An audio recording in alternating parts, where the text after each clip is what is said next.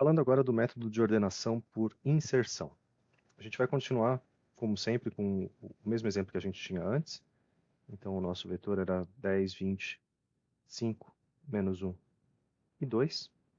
E o princípio fundamental do método de ordenação por inserção é que a gente considera vetores, vetores num sentido um pouco mais abstrato, a gente vai continuar criando só um vetor, mas conjuntos de números. Primeiro um conjunto de só um número, depois um conjunto de 2 números, de 3 números. Então, a gente parte considerando simplesmente um elemento. E progressivamente a gente vai aumentar o número de termos.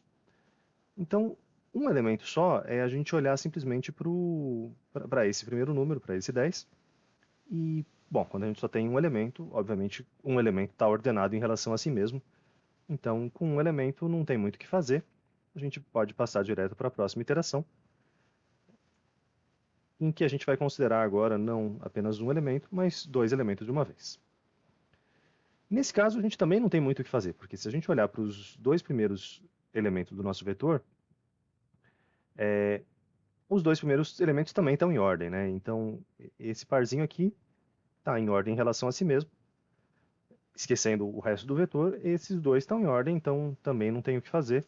A gente pode progredir direto para olhar o que acontece quando a gente considera três elementos de uma vez. E aí, então, olhando para três elementos de uma vez, a gente percebe que esse 5 não está não tá em ordem em relação aos demais. Então, com três elementos, a gente vai ter que fazer algumas operações. E a gente, então, vai fazer uma coisa parecida com o que existe no Bubble Sort. A gente vai fazer permutações de um elemento com seus vizinhos. Mas aqui a gente vai andando para trás com o elemento. Então, a gente vai ver que o 5 é maior do que o 20 e não deveria ser. Então, ele precisa regredir uma casinha para as coisas ficarem um pouco mais em ordem. Essa troca aqui vai dar 10, 5, 20, menos 1 e 2. Mas ainda, considerando sempre que a gente está olhando só para esse triozinho aqui, ele ainda não está ordenado completamente, porque o 5 está errado em relação ao 10. Então o 5 vai ter que regredir mais uma casinha. E aqui a gente ainda precisa puxar ele mais uma vez. 5, 10, 20, menos 1 e 2. Então, nesse ponto do algoritmo, a gente tem os três primeiros números ordenados, mas o resto da lista ainda não. A gente vai agora olhar para a consideração de quatro elementos de uma vez só. Então, quando a gente está olhando para quatro elementos, a gente tem quase o nosso vetor inteiro. 10, 20... Estou copiando o vetor do lugar errado. O vetor, nesse momento, já está mais ou menos ordenado, né? Então, aqui a gente deveria ter simplesmente, copiando o vetor da última iteração, o nosso vetor tem que ser 5, 10, 5, 10, 20, menos 1 e 2. E a gente está olhando para quatro elementos de uma vez só. Esse subvetor até aqui. E ele está ruim porque esse menos 1 deveria estar lá no começo. Então, nesse caso em particular, eu tenho um pouco de azar em relação aos números que eu escolhi, porque ele acabou ficando muito similar com o Bubble Sort. A gente tem um número que está andando bastante aqui no vetor, nem sempre é isso que acontece. Mas a gente sempre vai fazendo essas trocas um por um, então o menos 1 está errado em relação ao 10, ele precisa andar mais uma casinha. Ele precisa andar mais uma casinha, como eu disse, né? Então, aqui deveria ser menos 1, 10, 20 e 2. Aqui também andar uma casinha, então menos 1, 5, 10, 20 e 2. E aqui os quatro primeiros números estão em ordem. A gente vai olhar agora então para a consideração dos 5 elementos, que nesse caso é o vetor inteiro. E com os 5 elementos as coisas não estão em ordem, porque esse 2 está no lugar errado em relação ao 20. E aí ele então precisa ser trocado em relação ao 20. Menos 5, 10, 2 e 20. O 2 ainda não está no lugar certo, ele precisa ser trocado em relação ao 10. Menos 1, 5, 2, 10 e 20. O 2 ainda não está no lugar certo, Teria que vir para cá. 1, 2, 5, 10 e 20. E agora sim o nosso vetor está ordenado. Como eu estava dizendo, nesse exemplo o algoritmo ele deu um pouco de azar porque a gente precisa fazer mais iterações. Mas imagina que o próximo número aqui da nossa tabela fosse 15. A gente precisasse ordenar um 15. A gente só precisaria trocar o 15 em relação ao 20. A gente trocaria o 15 em relação ao 20 e o lugar do 15 é aqui, entre o 10 e o 20. Do mesmo jeito que o 2 veio voltando até o seu lugar natural. Se essa tabela continuasse para vários números aqui também, antes do menos 1, seria a mesma coisa. Eu não preciso comparar o 2 com todos os outros números menores do que o menos 1. A partir do momento que eu sei que para a esquerda está sempre ordenado, é isso que permite a gente ganhar um certo número de iterações, e é por isso que esse é um método um pouco mais eficiente que os demais que a gente está analisando com detalhes nessa parte. Vamos partir agora para a implementação computacional desse método. Falando agora da implementação computacional da ordenação por inserção, a gente vai partir de um template como nos casos anteriores, então reaproveitando a mesma função escreve vetor que a gente tinha antes, simplesmente faz o printf de cada um dos elementos do vetor, e já declarado aqui também o meu vetor desses exemplos todos com 5 elementos. A estrutura da nossa função main também vai ser igual aos casos anteriores. O vetor original, só para a gente mostrar quanto é que ele estava valendo. Escreve vetor, de vetor e o seu tamanho. A gente vai criar uma função do tipo void ordena inserção, que tem os seus argumentos de entrada similares ao que a gente já tinha construído anteriormente. Se ela é uma função do tipo void, a gente pode fazer diretamente ordena inserção de v e vetor e tamanho.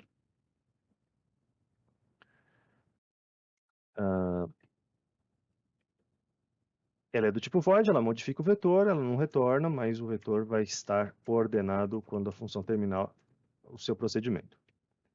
E aí, uma vez que isso tenha acontecido, a gente pode escrever na tela o vetor ordenado. Passando agora, então, à implementação de fato da função ordena inserção. Vou só copiar o cabeçalho dela. E aí a gente pode pensar um pouco no nosso código e ver como é que a gente transforma esse código, pensar um pouco no que a gente acabou de escrever na mão e ver como é que a gente transforma isso para um código. A gente muito claramente tem um contador aparecendo aqui. A gente tem alguma coisa que tem 1 elemento, 2 elementos, 3 elementos, 4 elementos, 5 elementos. Então a gente tem um primeiro contador, que é o tamanho a parte do vetor que já está ordenada. Mas a gente também tem um segundo contador, que está um pouco subentendido, que tem a ver com esse número que vem voltando. Nos primeiros casos não dá para ver direito, mas conforme a gente progride, a gente vê que a gente tem um certo contador que no começo está valendo 2, ele está na terceira casinha de posição 2. Ele está na casinha 2, está na casinha 1, está na casinha 0.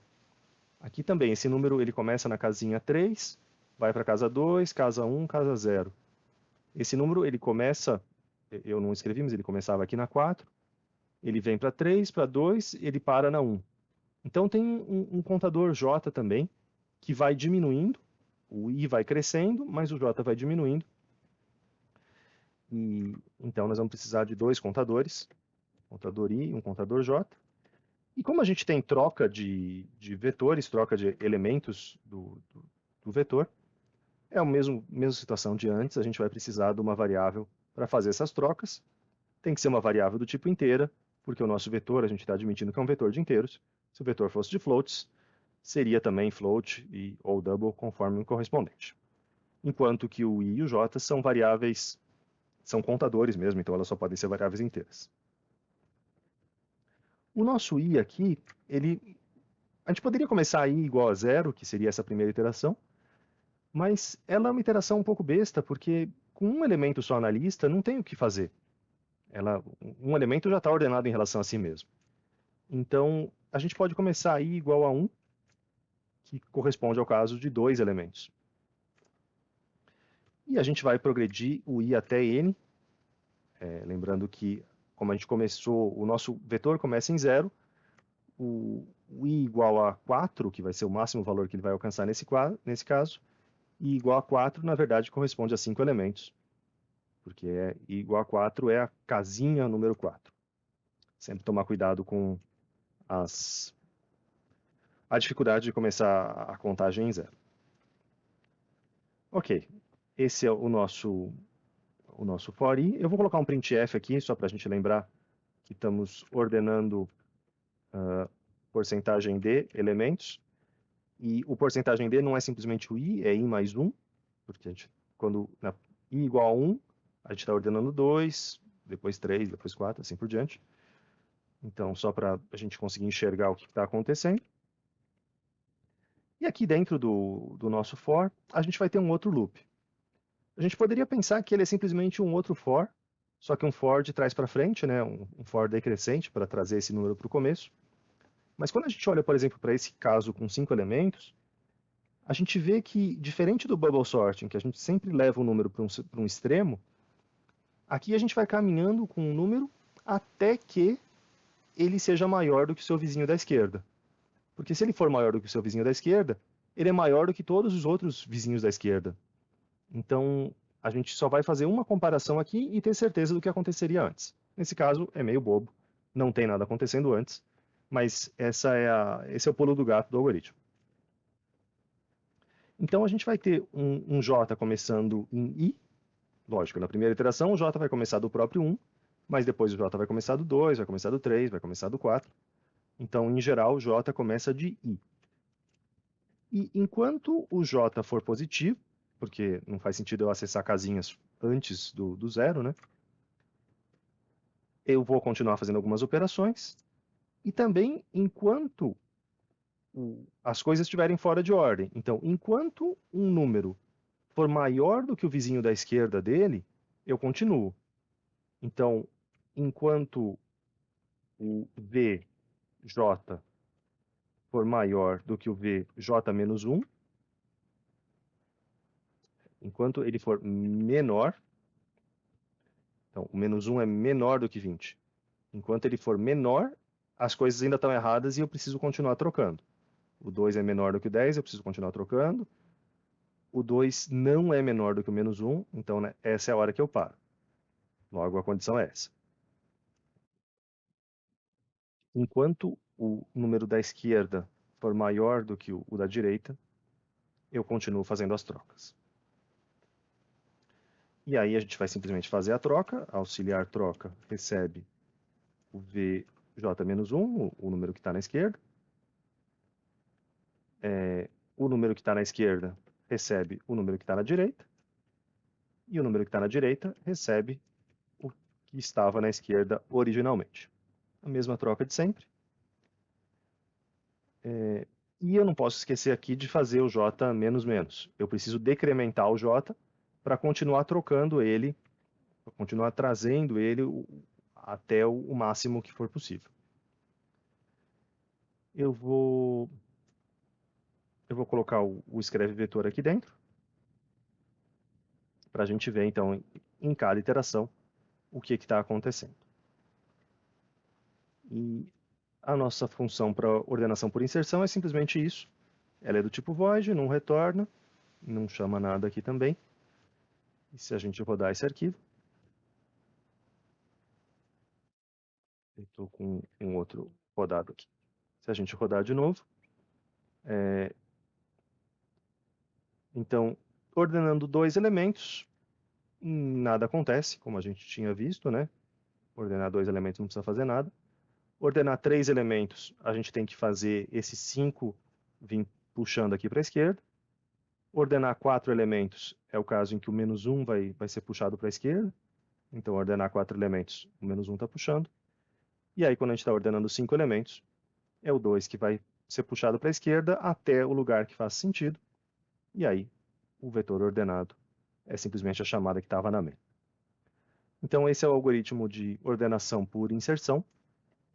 Desses algoritmos básicos que a gente está vendo no curso, ele costuma ser o mais eficiente, mas para casos em que o número de elementos a ser ordenado é realmente muito, muito grande, existem algoritmos que são mais performáticos e que não são quadráticos, como a gente já tinha visto na aula da visão geral.